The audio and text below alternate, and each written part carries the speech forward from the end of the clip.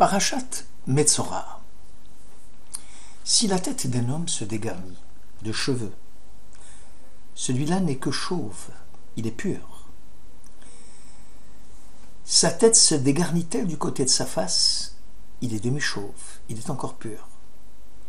Mais s'il survient sur le derrière ou le devant de cette tête chauve une plaie blanche, vermeille, c'est une lèpre qui se développe sur la calvitie postérieure ou antérieure. Si le pontife, en l'inspectant, observe que la tumeur de la plaie sur le derrière ou le devant de la tête est blanche-vermeille, comme l'aspect de la lèpre sur la peau du corps, c'est un individu lépreux, il est impur. Le pontife doit le déclarer impur, sa tête étant le siège de la plaie. Or, le lépreux, chez qui l'affection est constatée, doit avoir des vêtements déchirés, une tête découverte, s'envelopper jusqu'à la moustache et crier « impur, impur ». Tant qu'il gardera cette plaie, il sera impur, parce que la plaie est impure, il demeurera isolé, sa résidence sera hors du camp d'Israël. Lévitique 13. L'isolement dans lequel sera tenu le lépreux, puisque sa résidence sera en dehors du camp d'Israël, a fourni matière à une double réflexion. Est-ce que la lèpre est une maladie cutanée naturelle ou une maladie surnaturelle? Est-ce que la mise en quarantaine du lépreux est une forme de sanction qui lui est infligée ou un moyen de défense de la société contre la contagion du lépreux? Baalé Hatosfot pense que l'isolement fait suite au risque de propagation d'épidémies. Il demeurera isolé, signifie aussi qu'il vivra en abstinence, loin de son conjoint. La propagation et la transmission de la maladie, y compris par voie orale, par le simple contact du dialogue, fait encourir une contamination à la population exposée. C'est la raison pour laquelle Baalé Hatosfot dit « Le lépreux s'enveloppera jusqu'à la moustache et devra crier « Je suis impur, impur ». Oznaïm la Torah considère le lépreux comme une personne endeuillée, qui porterait son propre deuil alors qu'elle est vivante, car le lépreux n'est pas seulement traité comme quelqu'un qui est mort, mais qui assiste petit à petit à la dégénérescence de ses membres, qui petit à petit altère son corps. Cette pathologie des membres nécessite de prendre le deuil comme on le ferait au moment de l'inhumation d'un membre du corps qui a été coupé lors d'un accident, par exemple. Pour le commentateur, la cause de l'enfermement n'est autre que l'état d'impureté dans lequel se trouve le lépreux, car autrement, il aurait suffi de l'isoler à l'intérieur de son propre camp. Si la Torah insiste de le placer hors des trois camps, Kohen, Lévi, Israël, c'est uniquement pour cause d'impureté. Maïmonide souligne que les problèmes de la lèpre dont il est question dans notre section sont d'ordre extranaturel, dans le sens où ils sortent de l'usage ordinaire. Ils sont exceptionnels, inhabituels, et ne sont en rien une pathologie. Parole de médecin.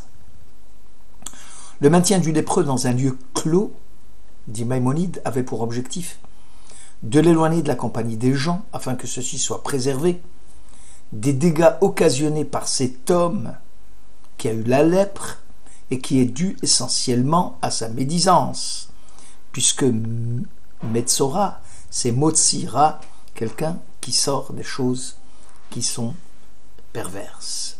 Ce n'est que justice, dit Maïmonide, que ce Motsi Shemra, que celui qui fait de la délation, de la médisance, soit enserré hors de la compagnie des gens. Sefer HaChinuch considère que la maladie, Tsarat, n'est pas la sanction directe de la médisance, mais surtout le moyen par lequel le médisant va se repentir, à l'instar de quelqu'un qui marcherait pieds nus sur des épines et qui en subirait les piqûres. L'enfermement, dit Sefer HaChinuch, est le moyen thérapeutique le plus adéquat pour ce type de maladie, le mal infligé à la société des hommes sera source de méditation pour celui qu'on isole dans sa cellule afin qu'il médite le mal qu'il a occasionné.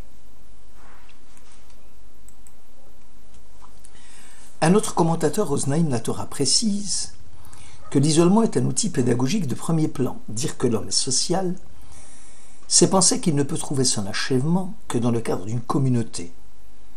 La société répond à ce besoin fondamental de l'homme. La sociabilité de l'homme est une disposition naturelle. L'homme est pour l'homme le plus utile et le plus précieux des biens. Seulement voilà, le médisant, le motzi ra, cherche par sa langue de vipère à faire éclater le lien social et les rapports humains.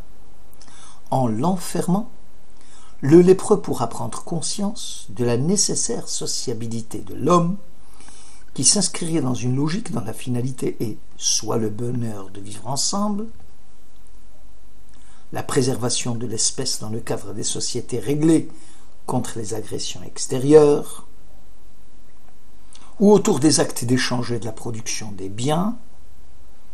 Ce sont là les idées développées pratiquement par tous les économistes et les philosophes non juifs.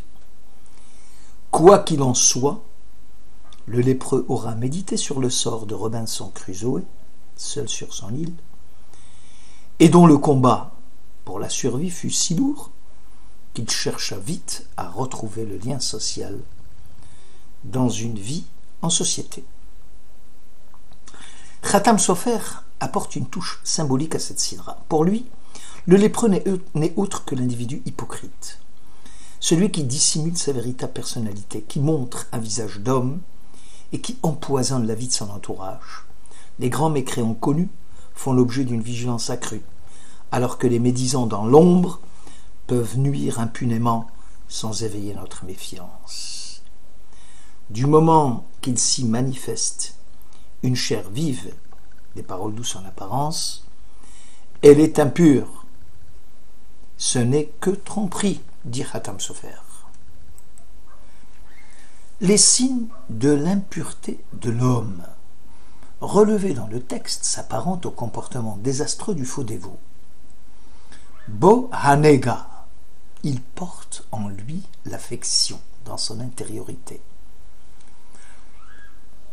Begadav Frumim, ses vêtements déchirés, signe visible du naziréen. Al-Safam Yate, la moustache enveloppée, signe de piété, enveloppée dans son châle de prière. Cet individu hypocrite, écrit le Khatam Sofer, est le véritable lépreux dont il va falloir se méfier. Le tragique du Metzora, c'est l'impasse d'une existence qui ne peut vivre qu'en se dissimulant. Une existence embourbée sur elle-même, jetée en pâture à elle-même, échec de sortir de la prison du soi et condamnée à la souffrance dans une cité sans homme et sans issue. Ici, la souffrance du médisant se réfère à la prégnance de la faute causée par sa mauvaise langue. Et l'angoisse qui en résulte n'a d'égal que la démesure de l'effraction. Et que finalement, l'issue salvatrice consiste en la séparation. L'espace dorénavant confus et souillé, risquant de contaminer chacun, il serait plus habitable sans danger, sauf à chasser celui par qui le malheur arrive, sauf à ostraciser le coupable.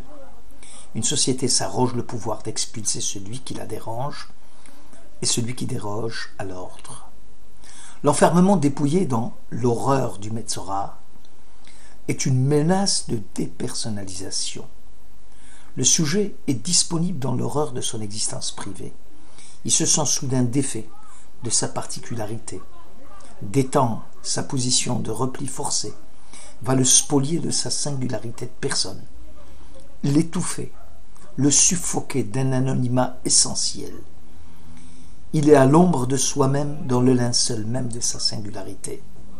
Là, hors du camp, dans un lieu sans lieu, et dans un temps sans temps, où rien n'existe hormis le silence. Si le Metzora est saisi d'horreur en présence d'un tel monde, c'est parce qu'il est inhabitable, coupé de toute référence spatiale et temporelle, et voué à l'errance sans fin, comme le désert. Il le rencontre dans une région déserte, dans le tohu bohu hurlant et désolé. Deutéronome 32.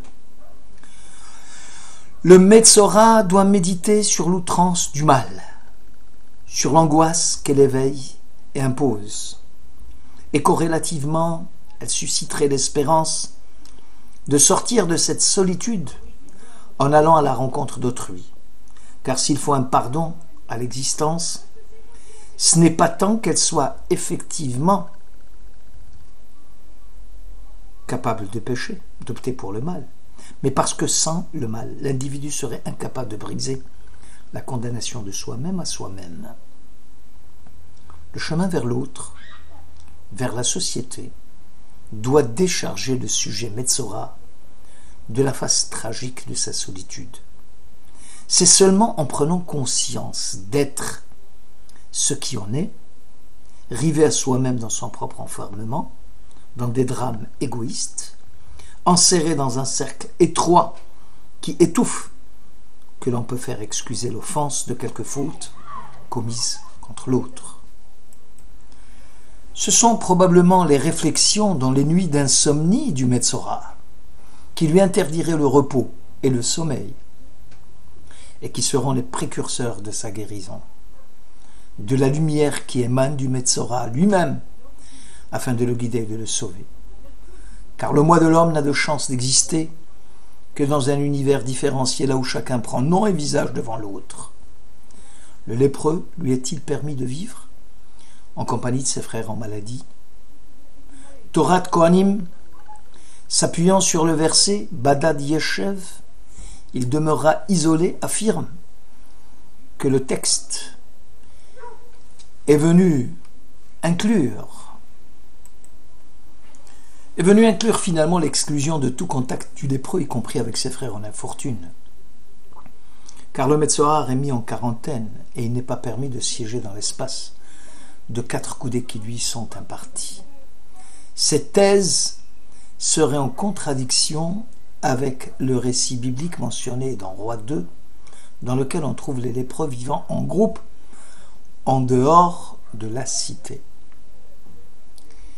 El Milouim explique qu'il y a lieu d'établir une différence entre le Metzora atteint suite à la sanction due à la médisance et le Metzora contaminé pour une autre raison que la médisance. Seul ce dernier peut vivre en compagnie des autres lépreux, ce qui serait interdit au Metzora sanctionné pour sa médisance. L'isolement seul serait insuffisant. Le Metzora doit s'envelopper et crier qu'il est impur. Pour que les gens prennent la précaution de s'en éloigner. Tout impur doit se différencier par un signe distinctif et ostentatoire qui manifeste à tous l'affection dont il est atteint. La souffrance du Metzora le livre à l'être. Elle l'accule à un enfermement en soi et au définitif de sa solitude.